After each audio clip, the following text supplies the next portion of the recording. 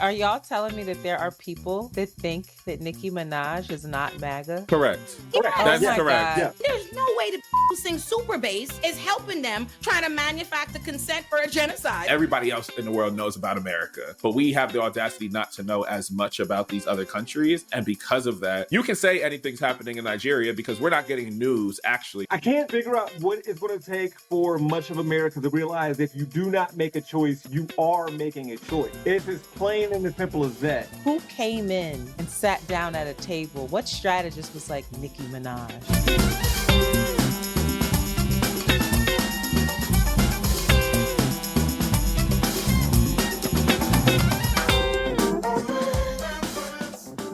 Hello, beautiful Black people. Hello. It's only 4 of us today. We're having a fun, chill day, so forget the intro spiel. Let me tell you why I've gathered you here today. Pharrell made some controversial comments that I think they relate in a way to what's going on with Maga Minaj. And so I'm going to read y'all Pharrell's comments, and then I'm going to update us on Nicki Minaj's. Is it the fall of Nicki Minaj or is it the rise of Maga Minaj? Like, which is it? You know, Nicki's not gonna fall. it can be both. Yeah. She's not gonna Pharrell fall. says- The Barbs don't care. So, Pharrell gave a speech at the 5th annual Black Ambition Demo Day, and he said he no longer cares about politics. And he said, "I hate politics. It's not real. I don't believe in either side. When you pick a side, you're inadvertently supporting division. When diversity is off the table, I wonder how we can survive. Do you want the job because you're Black or because you're the best?" Both. So that's what Pharrell said. Both of them. And in the climate of that, we have then got Nicki Minaj. I'm going to keep this short and cute. Nicki Minaj has been showing her ass in every which way she could show her ass for quite some time. Not just politically, just all of the ass showing ways you could conduct yourself. Anacondas. She has shown yes. her ass, okay? And I don't think this is the first time Nicki Minaj. I think in and of itself, when people are apolitical in this kind of world we are, I think that is indicative of a politic in and of itself. And I think Herbie made an excellent point about that on Homegirl Hangout with Herbie. And I think that's the first thing. But I think second of all, Nicki Minaj has openly aligned herself with Republican politicians, peddled in right-wing bullshit conspiracy theories and nonsense before. So I think we've had inclination to know that Nicki Minaj has a horrible politic. I think we could figure that out just based on her man, the company she keeps, who she defends, who she hates, all of that. But recently, what Nicki Minaj is doing now, and I put up a video about this on Illuminati Bites, a short one about Nicki Minaj. What she's doing now is dangerous. Nicki Minaj is actively aligning herself with this fascist regime for the purposes of peddling a lie that has been debunked a million times by reporters, experts, journalists, everybody and their mother. So Nicki Minaj is aligning herself with this fascist regime to peddle this lie that the conservatives have been pushing for years because they want an excuse to be able to invade an African country, murder who they want, and take the resources that they want, and to have a foothold in Africa. And so the easiest lie, and the one they've been going with, is there's a genocide against Christians, which I think we're not going to have that conversation because I don't have time to even get into the fact that America thinks that in and of itself, even if that were the case, that gives them the right and authority to invade other people's countries and murder people, the way that's even accepted. But that's not what's happening. In fact, Boko Haram actually mostly targets Muslims, and Muslims have been killed in far greater numbers than Christian lives. But Nicki Minaj is peddling this bullshit. And it's unfortunate because not only is it dangerous, can result in people getting killed. You're helping a fascist regime do its imperialist bidding. But I think she's literally only doing it beyond just being a nut job. I think she's doing it as a means of getting some kind of political power she perceives the Jay-Z's of the world of having or something. I don't know, but it's nuts. But please, someone play the clip so y'all can see a clip of this nut-ass lady talking to the United Nations. On this stage with you to shine a spotlight on the deadly threat faced by thousands of Christians in Nigeria. I would like to thank President Trump for prioritizing this issue and for his leadership on the global stage and calling for urgent action to defend Christians in Nigeria, to combat extremism, and to bring a stop to violence against those who simply want to exercise their natural right to freedom of religion or belief. No group should ever be persecuted for practicing their religion, like I recently stated on social media. In Nigeria, Christians are being targeted, driven from their homes, and killed. Churches have been burned, families have been torn apart, and entire communities live in fear constantly, simply because of how they pray. Sadly, this problem is not only a growing problem in Nigeria, but also in so many other countries across the world, and it demands urgent action. Barbs, I know you're somewhere listening. I love you so very much. I appreciate you, and I want to make it very clear once again, this isn't about taking sides. This is about standing up in the face of injustice. It's about what I've always stood for my entire career, and I will continue to stand for that for the rest of my life. Nicki.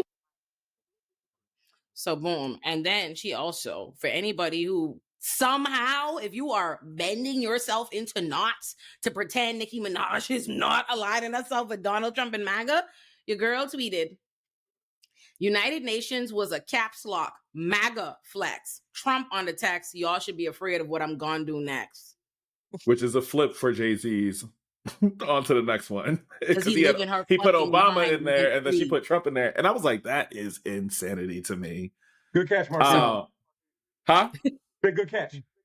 I be trying sometimes. I was like, I know my rap. To be honest, I look at this and it just doesn't. I'm not surprised by her doing this dumb shit. To be honest, because I was like, I vaguely remember Nicki last year aligning herself with Ben Shapiro, and I was just like, didn't he drop a song during Bigfoot in that time called Facts? And I just had to make sure that I came with the facts because I sat there and I looked and I said, yeah, she definitely tried to align herself with that man, and it just does not make sense in my brain. But that was the most telling piece of like, you want to be MAGA's token rap girl, even though, despite the fact that you embody everything that they don't like, right? And so it's like this weird transition of let me be as audacious as possible, let me be as vulgar as possible, let me embody this pussy rap for all intents and purposes as best as possible, and then this weird switch to like harsh conservatism. And maybe it's the gradual thing that tends to happen. But when I look at this, I said, one, this is a joke. Two, Barbs, are you finally is this your queen? She gonna stay your queen? Atop on like that? It don't make sense to my brain. And so once I saw her align herself with Shapiro last year into what she's doing right now and trying to find some modicum of political presence or respect in some different spaces or legitimacy in some spaces, that's for me where I have to, I've been drawing the line with that lady, but those are my quick thoughts. I'm irked. I have no thoughts on, like, I have no thoughts. I am just like, I just don't know what to say. I don't believe it. I'm at this point, we have Nicki Minaj speaking at the United Nations. It's just like this country is such a joke. We have to be the laughing stock of the world. Y'all are. We are We so are. unserious. She didn't even deliver it well. I'm so like, you're a performer, at least sell it. Like, it wasn't even a well done speech. And then, you know, if this country really wants control over resources, just do what China's doing. At least have a, you know, invest in the damn country and then steal their shit. You know, like this using Nicki Minaj. Neocolonialism, got it. Using Neocolonialism. Nicki Minaj is like, what the fuck? Like, who? I want to know. I for the life of me, I'm thinking about this in like a House of Cards way, where I'm seeing the episodes and I'm like, who came in and sat down at a table? What strategist was like, Nicki Minaj? She's gonna deliver it. And why is she attached to Nigeria? What is going on in the world? Are we okay? We're not. And I'm at a loss. I just don't know. I don't even know what I'm supposed to say about this. Well, Antoinette, you did tell me I was nothing because I don't want to do dishes at other people's house at Thanksgiving. So I figured you would jump right out to this one. Well, first of all, he ain't cooking. He bought some peppermint patties and a pie from Costco. So he finna go to his mother-in-law's house, eat up all her food, knowing the groceries cost about $1,000 a bag. They got it. And then not even gonna take a rag and wipe down a dish, We should you take that up with wrong. Maga Minaj. That's who You we should be wrong. taking that up with. Okay, That fine. feels Okay, like something Nikki would do. You got more heat for me than Nikki right now. Than Coming. I know it's building. I She's can feel it. gone. It's building. But I will say this. Number one, I need to come up with a name for my legion of fans when they get here. Or perhaps they will name themselves. I will get to that later. But this whole like moderate centrist non-political affiliation thing she's doing, we see that with like dating apps. Soon as you see moderate, centrist, or I'm not political, you know it means the right. That's what it means. Just say it. Just say you're That's on me the right. swiping left. Right. Do you feel like she's doing that? I feel like she's saying it. I feel like she is saying it, no? Well, I feel like she's avoiding saying it while doing all of the things. Like it's clear. Does it feel clear? But she still wants to give the diehard bars plausible deniability. That's why she's being like, this is not about taking sides. It's not about administration. No. Quite literally. This is about this greater evil that we have to address. And and that's even more problematic. All right, because wait. She's trying to are y'all telling me that there are people that think that Nicki Minaj is not MAGA? Correct. Yes. That's my correct. God. Yeah. That's correct. That's very much so that. You nailed right it. now, I can show Yes. I 100% can't help girl. with this Nailed it. combo. Yes. I will just listen. No, Listen. but the thing is, you also have to recognize, like, Young Money, by name, their fan base is also very young. Their fan base doesn't necessarily evolve with them into adulthood. And so if you notice, her rabid fans are very much so like 15 to 22, no frontal lobe is really developed type situation. And so when I also recognize like her fans. How old am I? Wait, I remember. I was gonna say, possible what?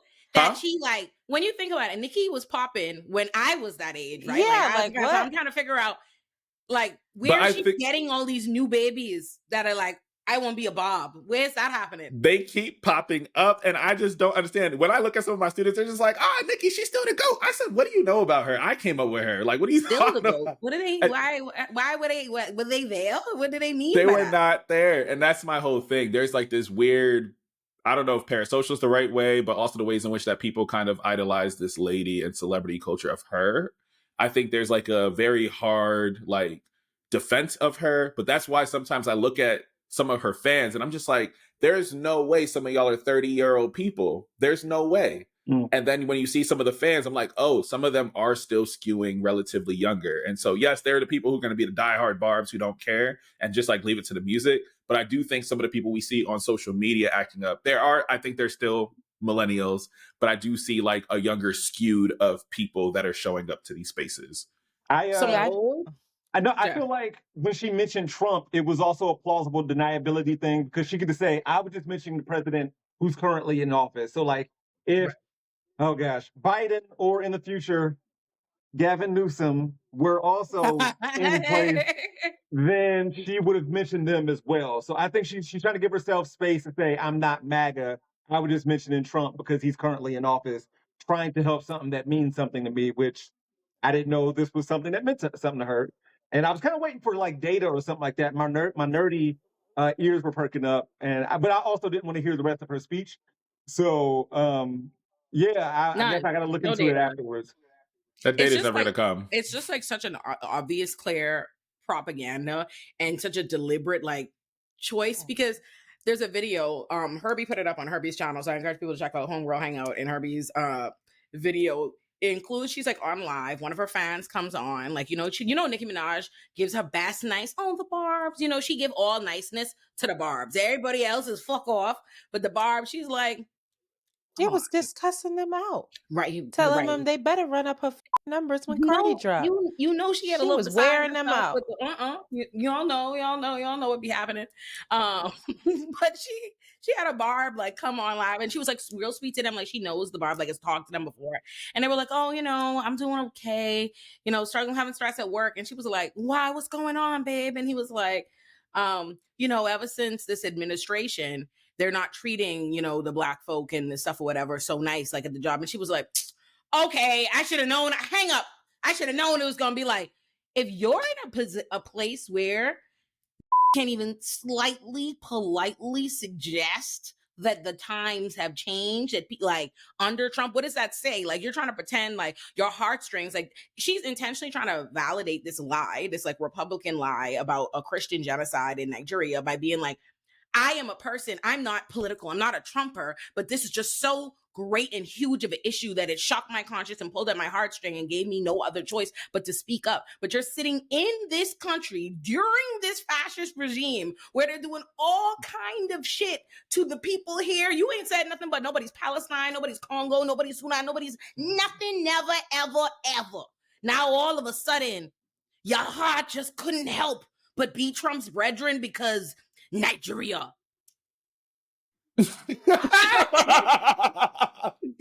She said, "There's no way. There's no way." She's unwell, though. Really, I'm not even. I swear to, I'm not trying to be funny. She's deeply unwell. We know this. Let it flow through you. I knew it would be here. No, she's not well. That's why I see her and I'm like, she's like almost at full Kanye. She's not there yet, but she's well on her way. Wow. And it makes me so sad that fame monster, there's something that is really just dangerous about it. But again, I think she is right. I think she right there, like with Kanye holding hands. When you think about what is she doing that Kanye isn't doing? Well, she's not doing what was the shirts that he had? It just doesn't have the swastika shirts yet. White Lives Matter in the middle of the Black in the middle of a fashion show. So when with she has merch, Candace, that's when she'll have like hit the threshold for you when she get merch. I feel like Nicki is, she's one of these divers, and she's walking all the way up the stairs to get to the top, and now she's looking at the water, and she's like, I'm going to jump, and her toes are on the edge, and you think she's going to jump forward, but now she just turned around. So she's going to do the, like she's making us wait. But when she takes that leap, it's full Kanye. She might go further. And that is, I shouldn't make light of it because it's very sad because that is somebody's mom and my auntie and everything else. But again, I want her to get help. But the thing, when I see Nicki Minaj in this speech, I don't think about Nicki Minaj. I think about this administration. That's the only thing I can't think about anything else. You motherfuckers are unserious. And you think so little of us that y'all gonna just put Nicki Minaj, you're gonna just walk Nicki Minaj out here and everybody's gonna fall in line because we got a big pop star and everybody listens to her. What? Like America, they think so little of us. And have we given them reason not to think little of us? I remember a time when Donald Trump was a very obviously ridiculous reality star with all kind of bullshit. It seemed crazy. I remember a day where he was an issue candidate, when that's what people were saying, like, oh my God, America would never, you're not going to make president the guy that did the Celebrity Apprentice or whatever. Twice with like evil deeds and people and shit behind it, like twice. So I think honestly, I've said this before about like in relation to police and propaganda, but I think it applies here too. People think of propaganda as like when you're actively praising the police or showing the police, just when you're actively praising the police or showing the police to be scary or, or great or whatever have you. But I'm like, to me, the most effective like propaganda is when you make the police seem stupid or silly or non-threatening because people don't take it.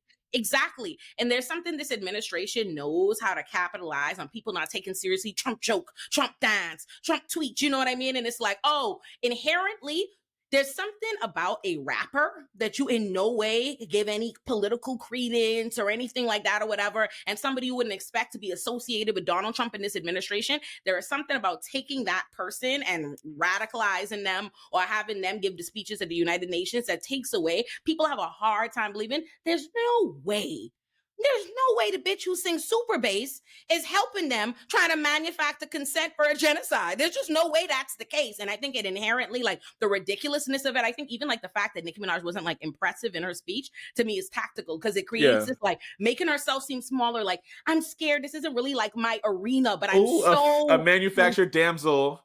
I'm so concerned. I have no choice but to come up here scared out of my depths. And you know what I mean? And just give you my little 2 cents, because it's that thing like when you get an old person out their chair, you know what I mean? Like, oh my God.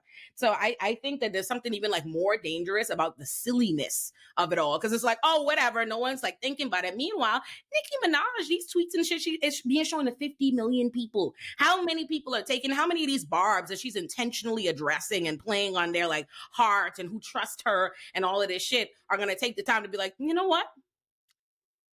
Let me go learn about Boko Haram. Quick, like before I trust Nikki and what Nikki's talking about, let me go see what them Nigerian scholars is talking about. So I think that's the thing. But I want to make sure we don't get away from Pharrell's foolishness. I was about to say, like tying right into Pharrell, I think it's also the political jadedness that people have as well. I think they are absolutely taking advantage of the fact that so much is consistently coming out and people are struggling to get by. So some folks some folks are too lazy. Some folks don't have the time to even be able to get educated on everything that's going on. And so for us in America, I always remind myself, like, we are ethnocentric as hell. And so at the end of the day, this means we look at us, we don't worry about what's on the outside, but everybody else in the world knows about America. But we have the audacity not to know as much about these other countries. And because of that, you can say anything's happening in Nigeria because we're not getting news actually about what is happening outside of like the fantasticalizing of this. That's not a word, but I'm gonna use it anyways. And so because we're able to kind of like make it this big thing, people are immediately be like, oh crap, another war on Christianity, which is also just in line with the tradwives, which is in line with this conservative movement, because people need a sense of identity on the right in terms of that. So they're able to attach themselves in that way, which I think ties in. Ooh, go ahead.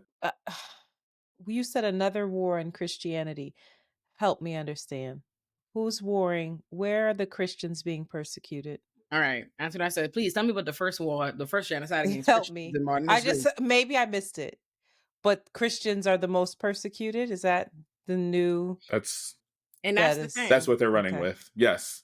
And I think it's hard. Somebody in Philadelphia, it's you're crazy just like, how you could simultaneously be like the colonizers that like conquer the globe, like forcing Christianity and shit on people, and then be like, but us. But we in Nigeria of all places. How dare you? Are you kidding me? It's unreal. It's like, I don't even know what to say. Yeah. I don't have the words because this timeline is nuts. No, seriously. Is it me? Like No. Anyway, go ahead. But it's valid though, because I think that's the ridiculousness that Olay was like really referring to and alluding to, because you get to somebody like a Pharrell making these comments around, oh, I don't think we should worry about politics. It's too divisive. No, politics is actually killing people. Pharrell don't even know if he said, child. Yeah. Okay. Pharrell don't know what the fuck he said.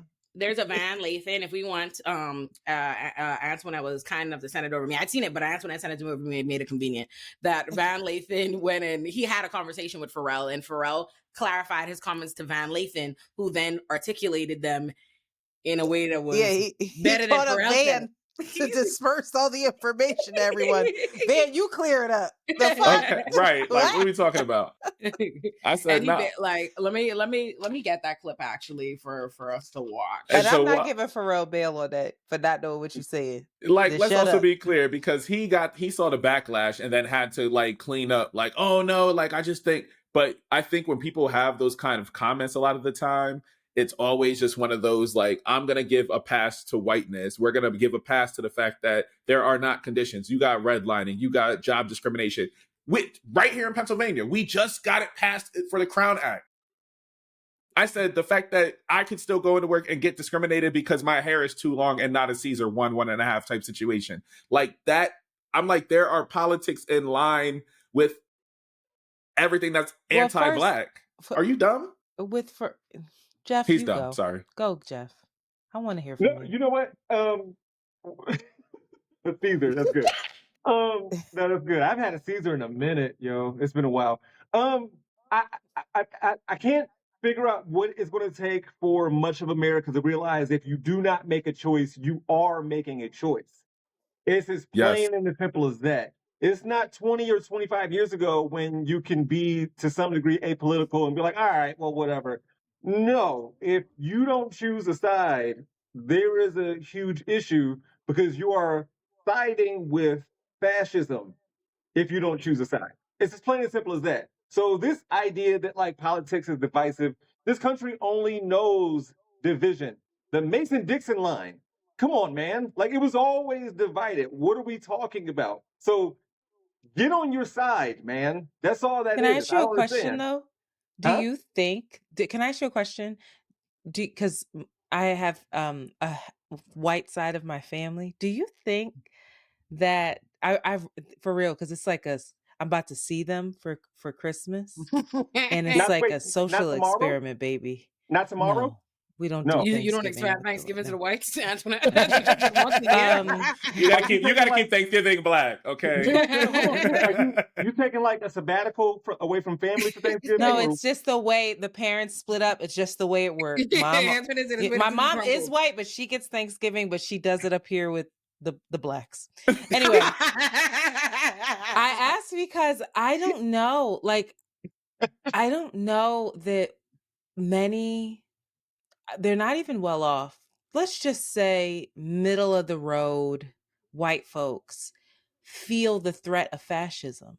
I just don't know that they feel that. I I think agree.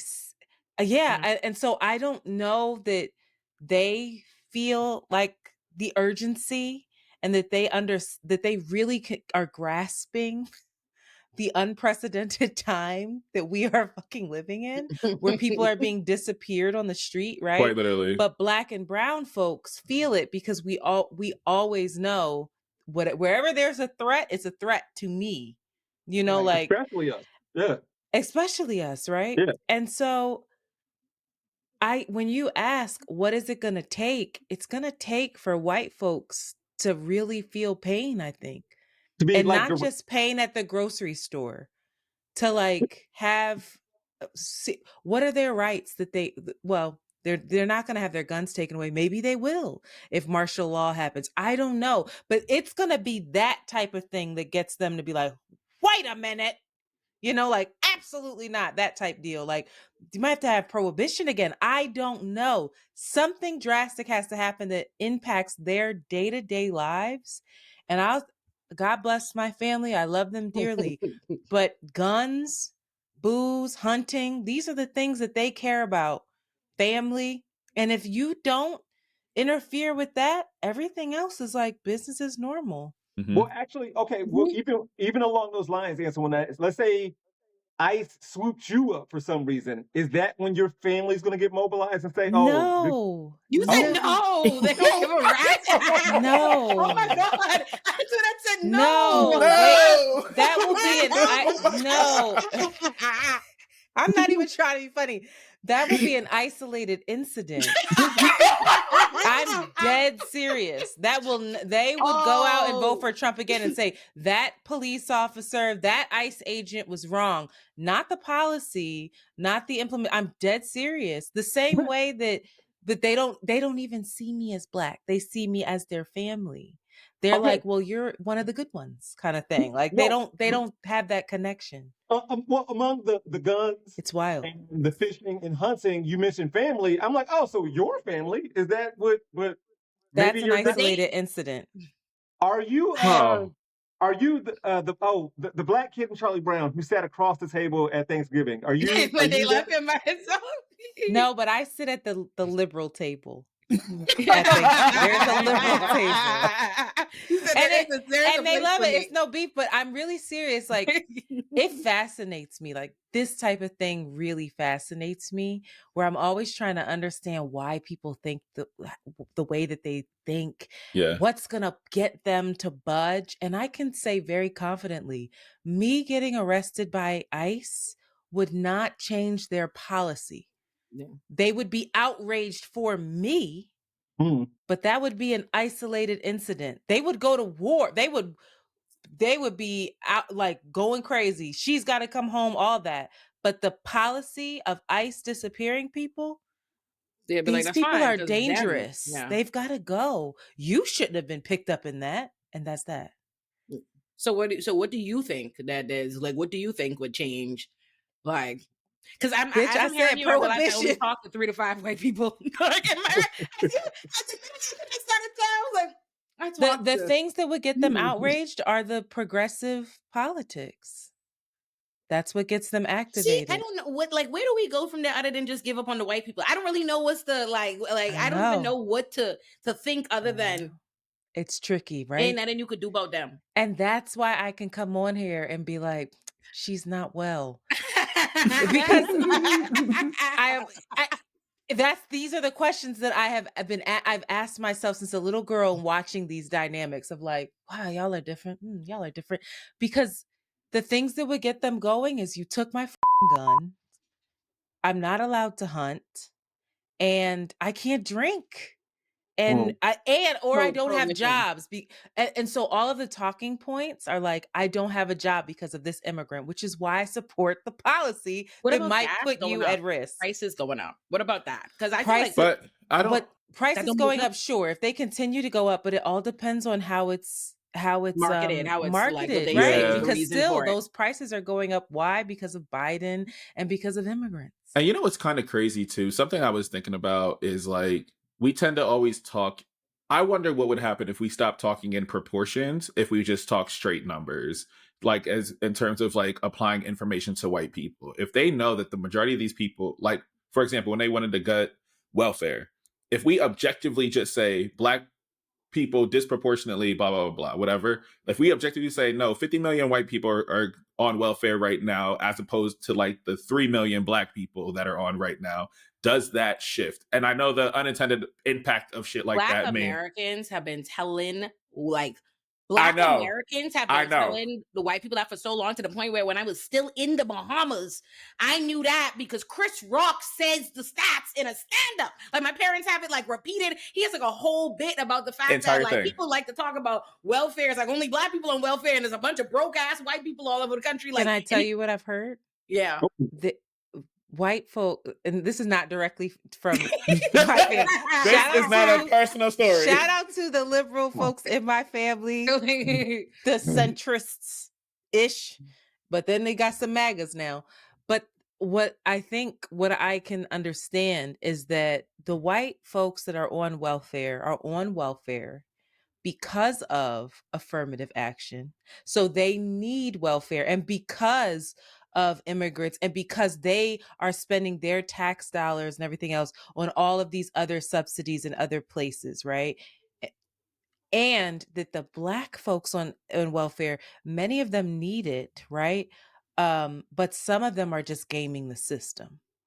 And so they're stealing it from the whites. Everything is about resources, and you are taking resources from me. Everything's about that. I don't know if you could like, honestly, to be honest, not to say this isn't like a full, although I think I do kind of like fall in the critical race theory, Derek Bell type spectrum of believing in the permanence of racism, and you're not going to change these people's hearts at all. And I think like it's moments like this that really, I think they make a choice. I think they choose what they want to believe. Like, at some point in time, I truly believe, like, I believe there's a level of a lot of different things and issues that people truly are ignorant. I think you truly don't know things. There are lots of things. I'm not an expert in what's happening in Nigeria, what's happening in Palestine, what's happening in all these different things, but there's certain levels of what's happening in this country, the basic rudimentary politics, racial dynamics and stuff. They choose what they want to believe. They hear all the things and they simply go, all that. It's because of them. Like, it doesn't matter what stats, what book, what anything, and they just go. It feels like it's just convenient because ultimately they're pumped with that information too. But I also feel like they like the prejudice. I feel like it's a choice at some point. It's a grasp of power. It's comforting to know that it's not you. It's comforting to know that there's Goliath, you know, and that you are fighting the good fight, and that you are, you know, the victim. That's the identity. But I will also say, and we understand certain things because we consume certain information. Certain information reaches us. That is through music, through culture, through the news we watch, through this program here. But like, imagine if that was not something that was readily available to you. Imagine if algorithms, if your news, if your teachings at school all backed up this theory that you are the chosen one and that everybody else is trying to take what you have. Imagine it. I'm not giving them bail. I think they're crazy, but just imagine that. I Yeah. can't imagine it because they're the only ones allowed to think like that. Like when you Mm-hmm. think about it, right? Like how we're describing how they like it's comforting to them to believe that, oh, you know, it's not me, it's everybody else. That's how they see us talking about white privilege and whatnot, right? Like they feel like we're just trying to put it on them and make excuses and all this and the next thing. But at no point in time during any of our discussions of like, and I don't mean ours and us, I mean like the world, Black people discussing white privilege, systemic racism, XYZ, none of us are allowed to like ever like place faults on them or hate them or decide this. Even within those larger systemic discussions, like you're required to have a certain amount of nuance and distance in the next thing. But with them, it's just like it just boils down to taking my stuff and blah, and all it boils down to is ownership, like the sense of this is mine, you shouldn't have, you are like it's all steeped in a hierarchy, and it's hard to like I it's hard to give people the benefit of like poor little ignorant person while also you think like you're the power structure. You know what I mean? Like you think it's your right to decide who this, who don't. You know what I mean?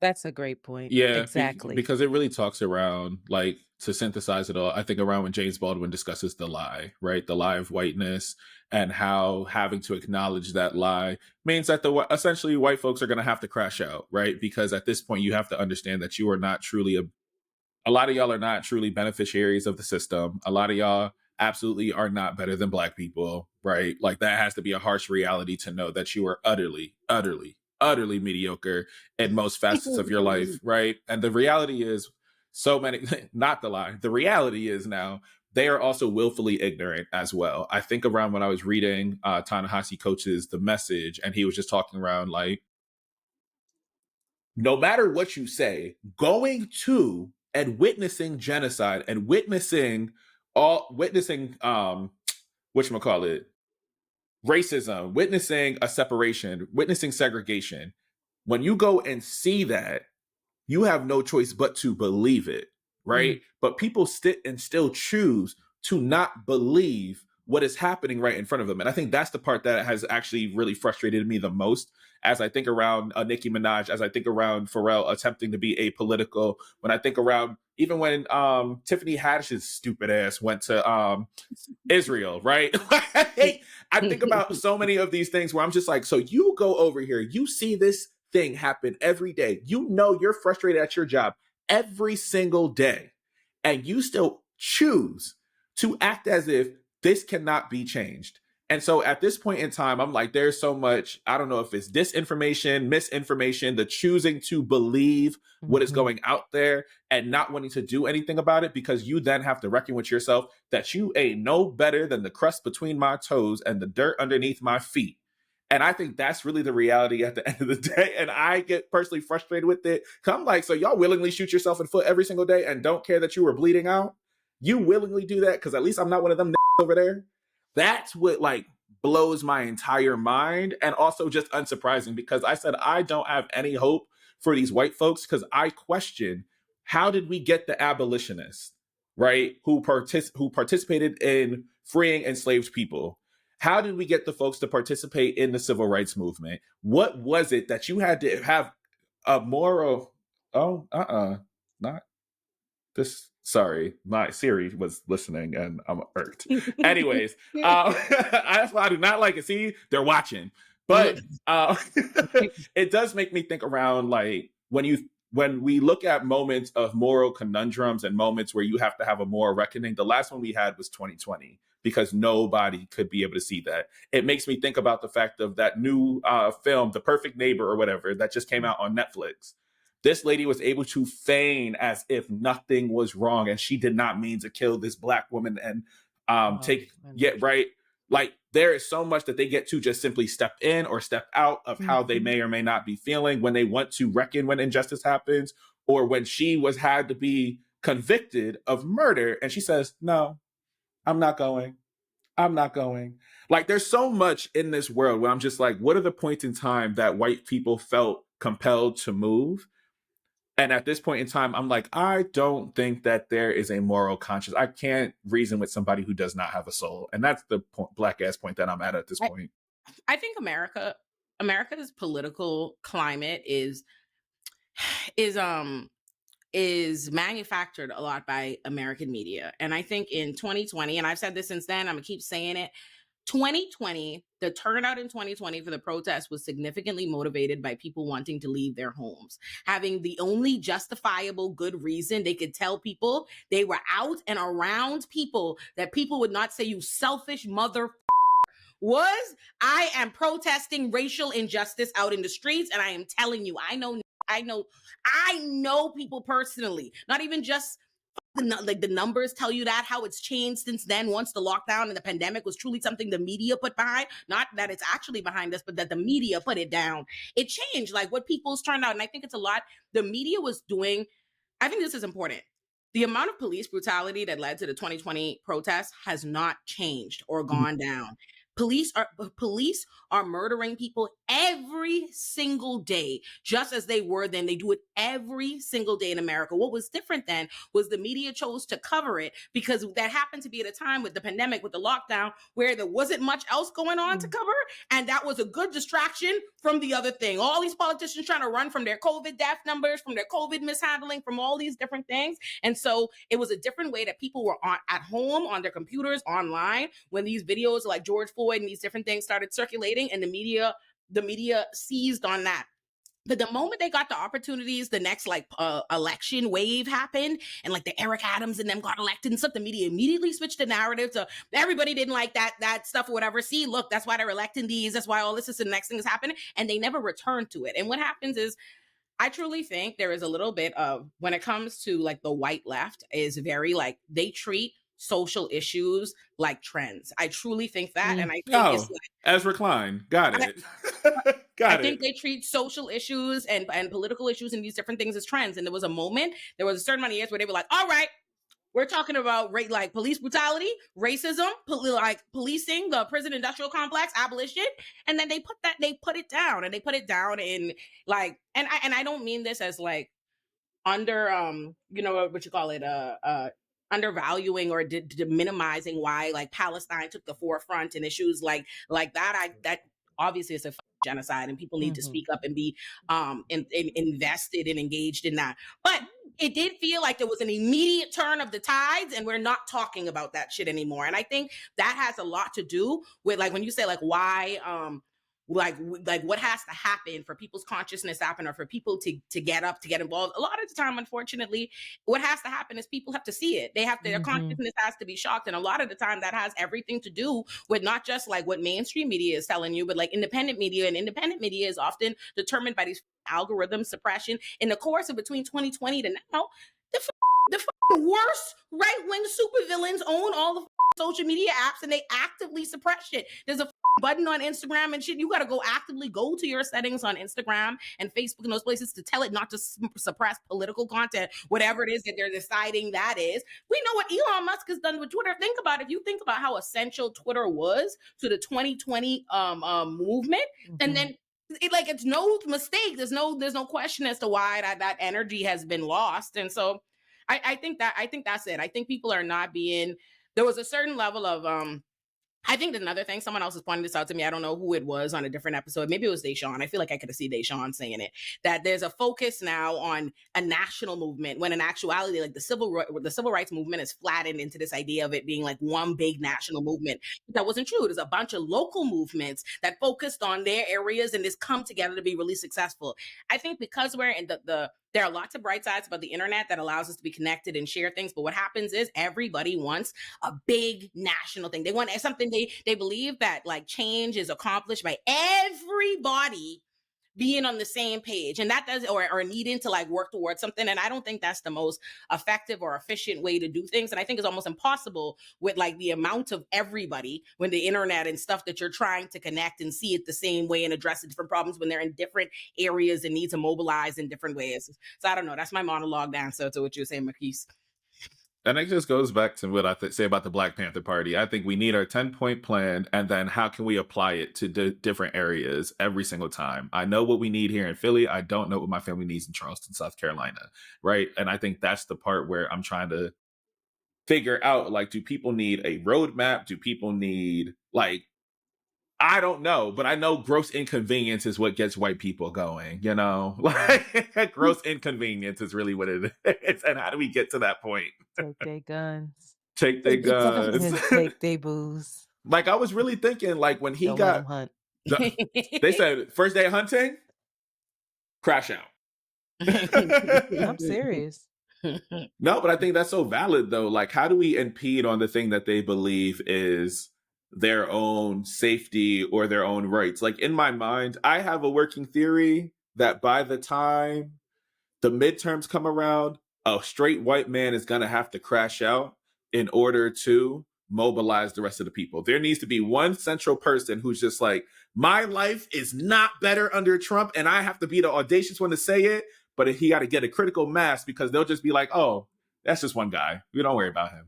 Don't worry about him. And I don't know. And I'm like, is it going to be a white woman turning on them on some like Melly stuff from Scandal? Like, who does it need to be? But here's the deal, and my grandmother always said this, my black one. To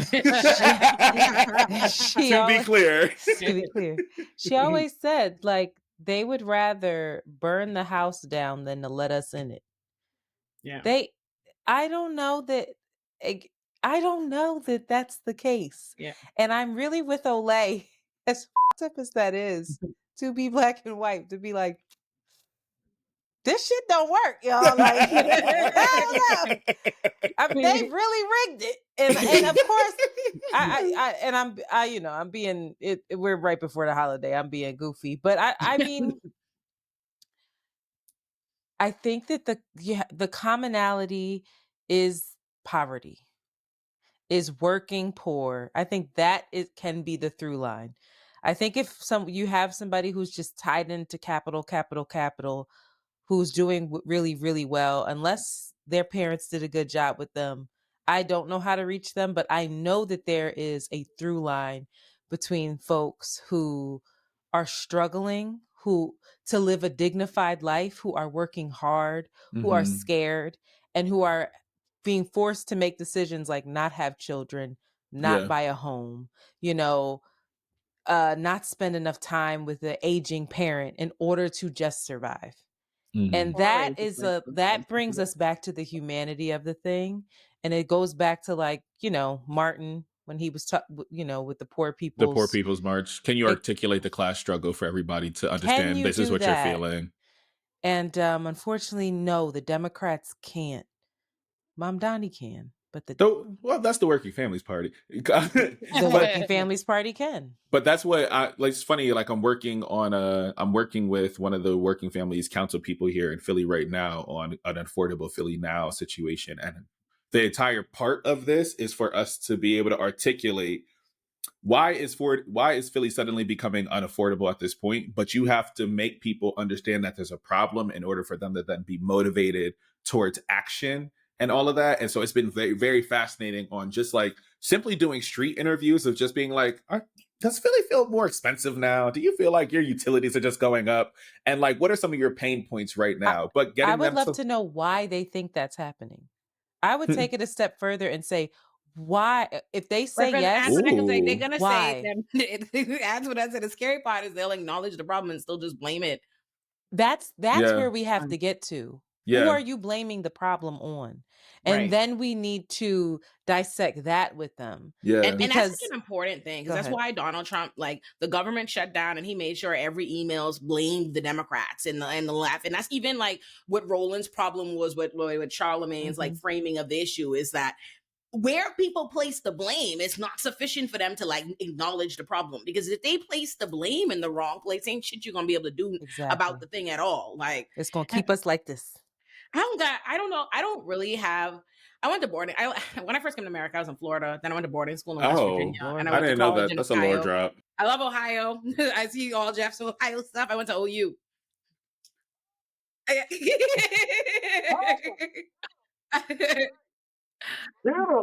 But I say all that to say, that's right. Racist, broke ass white people are the worst. The worst. You can't help them. There's a person there. People I've never seen them. There are these white people in my neighborhood. They have a house that has they have Blue Lives Matter stickers on their car, and like a Blue Lives Matter stuff and them kind of things like poked in the yard. And they're obviously the brokest people in the neighborhood. You could see that based on their lawn, the furniture on the porch. I could see they always with the blinds open. I could see in the house. And all I do is making a point, like my only way to get back at racist poor white people is every time I walk by, I like stop in front of the ring cam and say something negative about their home or their situation. Like, see, those are the people I want to. Those are the people I want to know. Those are the people I want to really understand. Really, because, and it's not to give them bail or to make excuses for them, but it's to understand how to combat them. It's to understand where, because your life will be better with this set of policy. That's right? the problem with hate. So it's like, how do I get you to come over here?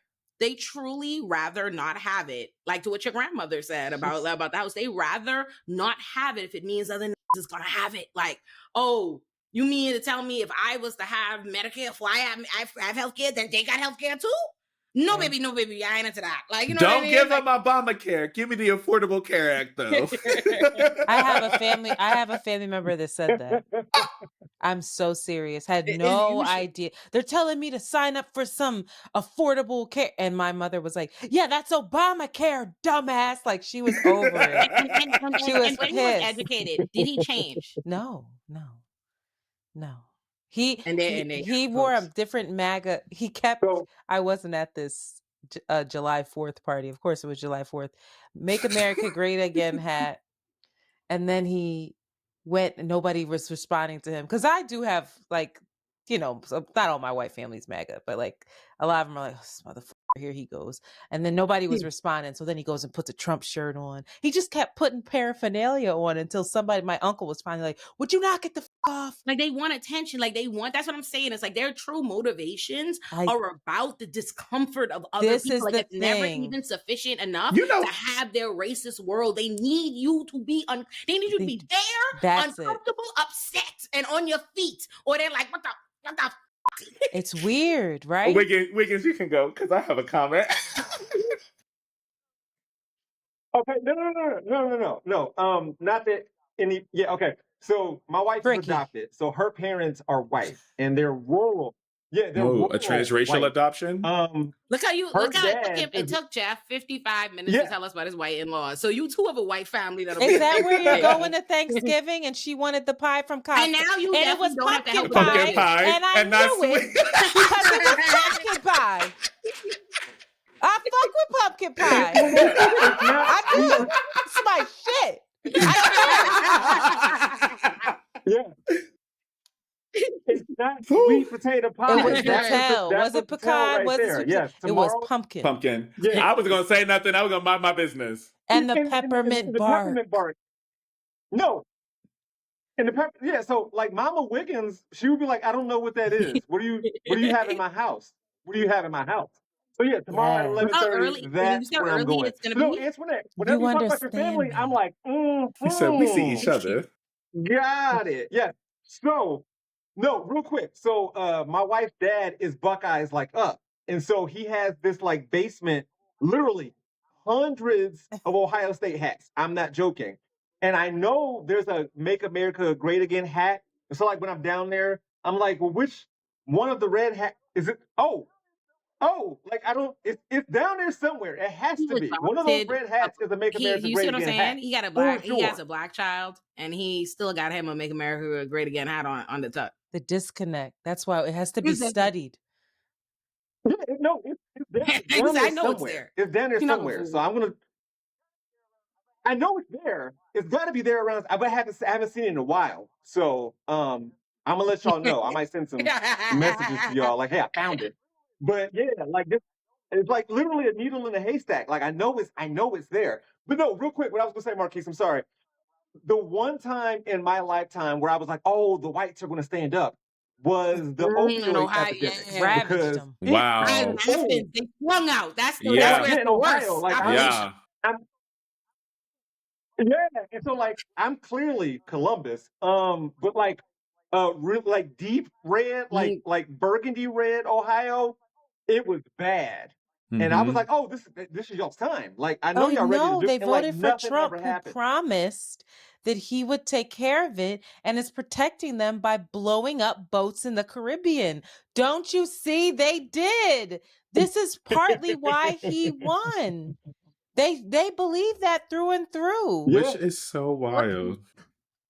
Yeah, they believe that like preventing people from crossing the border in order to seek refuge, by the way, that's No, another it's not thing, refuge. is preventing more drugs from getting in. And they would just ignore that like drugs come in through legal ports of entry. Like you know that, right? Like it's not being like what kind of pack mules do you think they're coming across the rivers with? We're Like, no, it's watching legal Breaking ports of Bad entry, and everything but else and they thinking don't that they're care. underground tunnels.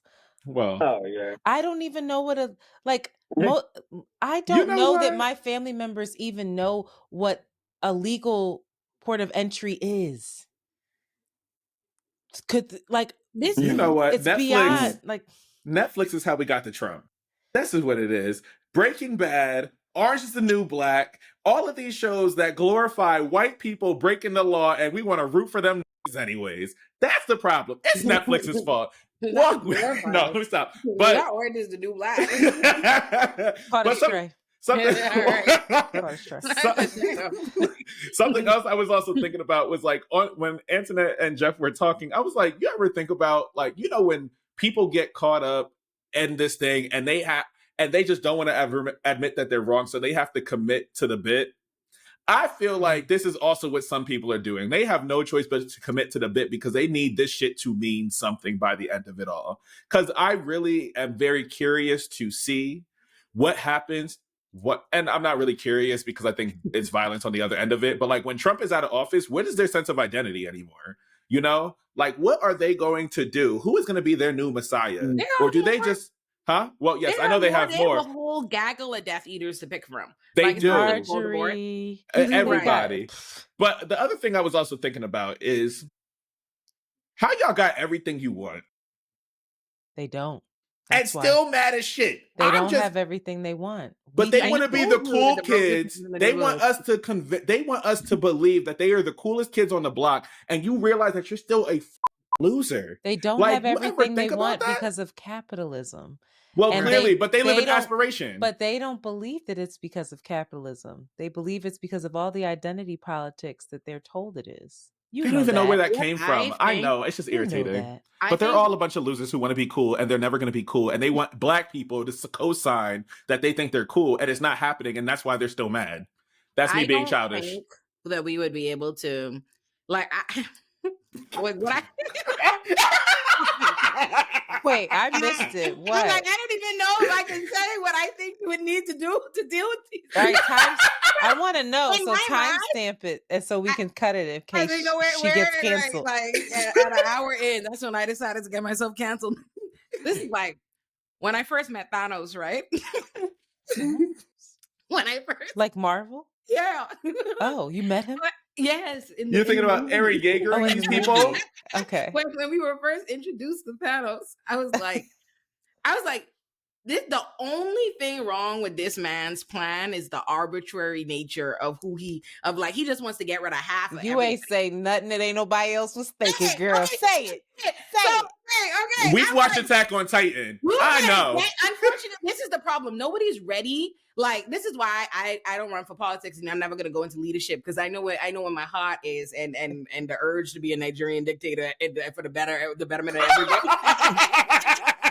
Because the way, because this is what was sad, right? Like, it's like y'all might get on board with like I have to snap and get rid of all of them. You know who's all of them, but unfortunately, I have to get rid of everybody who loves them too, and we don't want to say bye to Antoinette. But why would you have to get rid of me?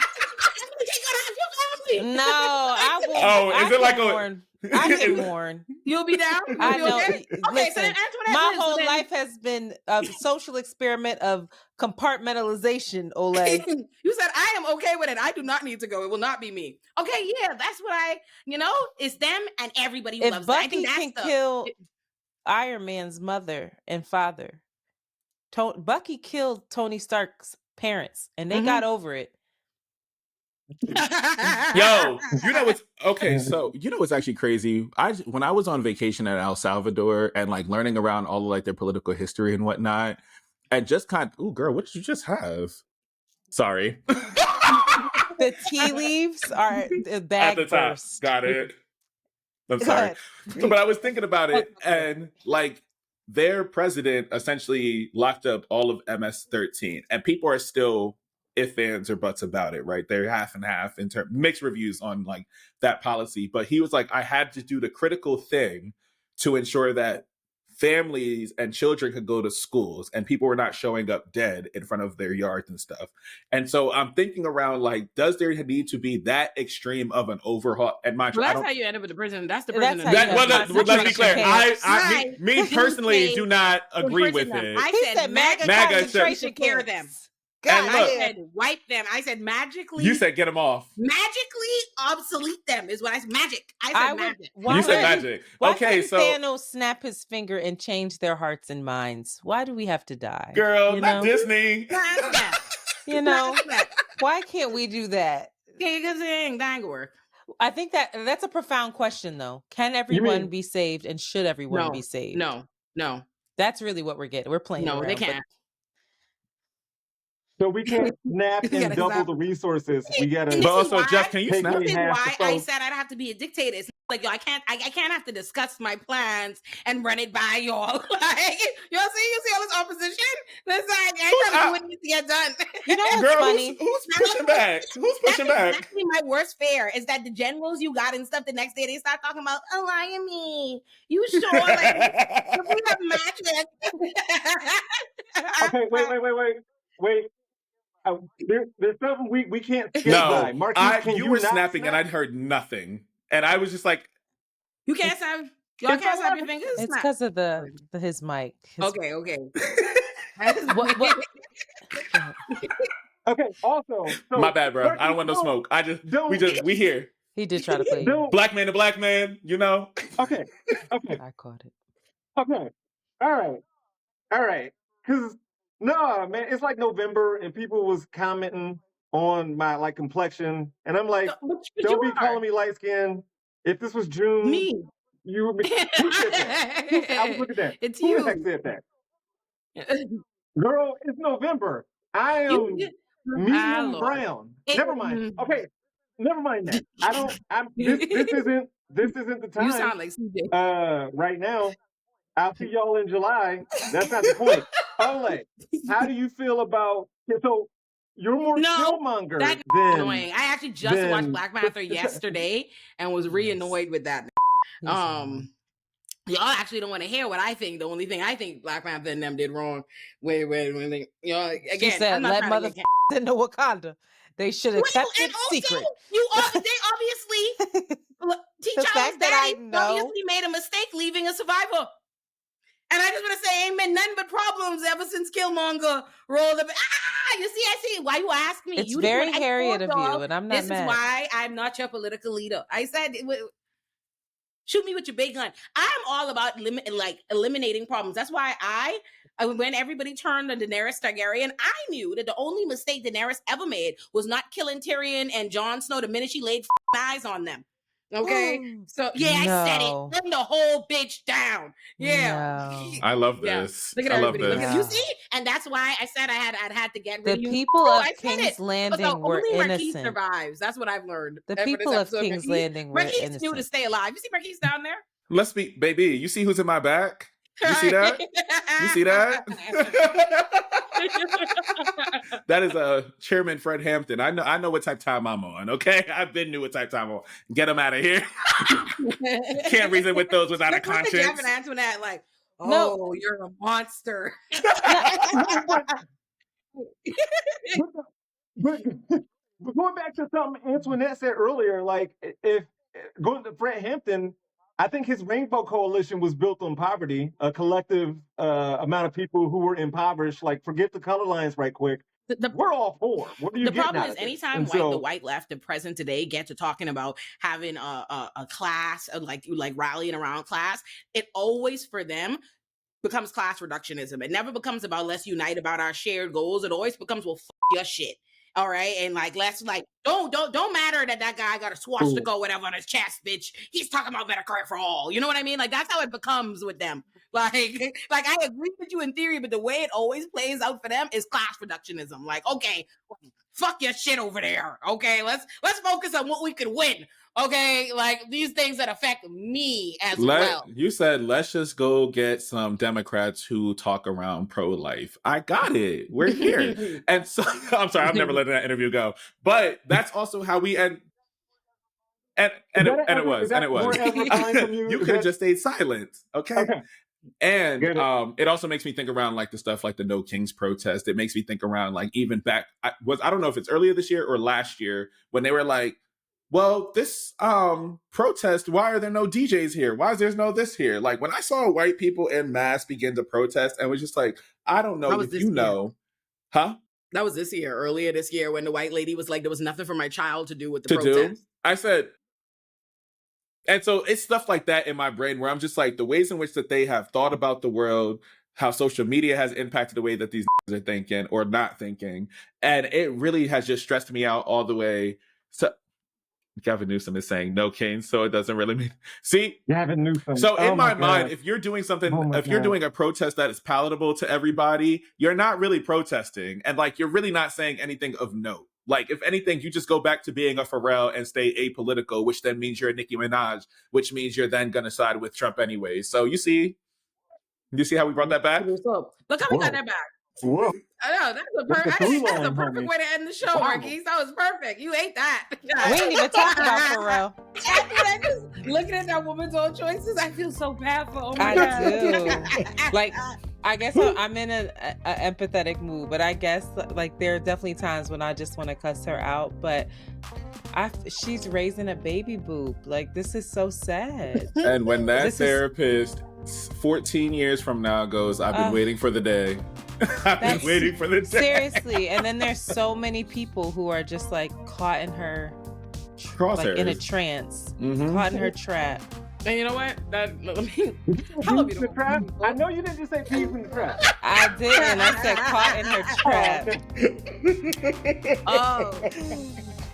Stop what you're doing and listen up. You just watched a video on one of my channels, but the Illuminati verse is huge, and I want to tell you what everything is and how to find it. The Illuminati verse has 6 channels. On the YouTube homepage of any one of those channels, every single channel in the Illuminati verse is featured at the bottom of the page, so you can always easily find them. Okay? Remember I said that. Don't say I ain't tell you how to find it. Subscribe to my main channel, Illuminati, to find my Illuminati productions, which are my long-form video essays, and also all of my backlog of content. Subscribe to my second love child, Illuminati Pop, for my weekly video essays analyzing my favorite TV and movie shows and characters. Illuminati Pop also has its own Patreon where you get all of those videos uncensored. Subscribe to my channel, Olay Friends, for my podcast, Olay Friends. New episodes of Olay Friends come out every Sunday at 1 p.m. Eastern. Subscribe to Olay Chill for new episodes of my podcast, Olay Chill, every Tuesday at 1 p.m. Eastern. And also, both Olay Friends and Olay Chill are both available on streaming platforms like Spotify. Subscribe to Illuminati Bites if you want my takes, but you don't have an hour to spend. Subscribe to Illuminati Politics for my political analysis and my State of the Union type addresses on my show O Squared. And last but not least, subscribe to my Substack Illuminati for my written work.